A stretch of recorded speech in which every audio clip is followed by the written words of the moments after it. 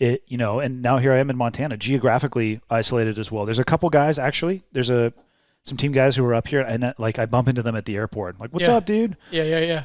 But I never get together. I never. It was amazing that the depth of the relationships that I had with the people that I worked with that vaporized when I left. Yeah. And I put the onus of that on me. Yep. But it also has to be recognized that, when you leave the SEAL community, I don't know how your experience was, right? The SEAL community is so great at team first, mission first, think about yourself less. You're thinking about getting out. How dare you? Right. We can't survive without you. And the second that you're gone, the wheel spins, right? So they're moving along. And those guys that that you have that depth of relationship with, I don't think it's intentional on their part either, but it's, they're continuing with their purpose and their path. And it's something that I've actually started thinking about since we initially reconnected over the great connector of all things, which is Instagram. Yep.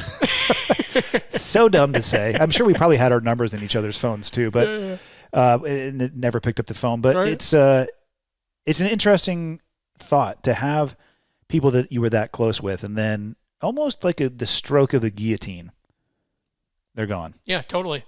Dude, I think it's the number one contributor to, the bad place that I found myself in. And since then, reconnection and kind of reestablishing connection in my life with people that actually I said it to you after, we got off the phone. I actually said, hey, Andy, I love you. Dude, I never said those words. I never even said those words to people. Like, I probably didn't say it to my kids and my wife enough. Yeah. And I found myself, I have now said that to more guys I've reconnected with, and it's reciprocated. I've actually, I'll bring this up. I reconnected with Jonny Kim. Yep. Who is the biggest underachiever of the SEAL community? A total underachiever.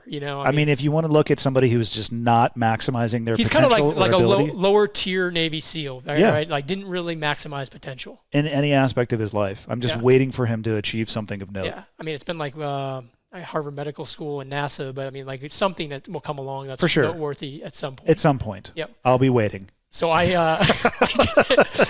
connected with Jonny, which was awesome, right? And like here's to testament to Jonny Kim, such a humble guy.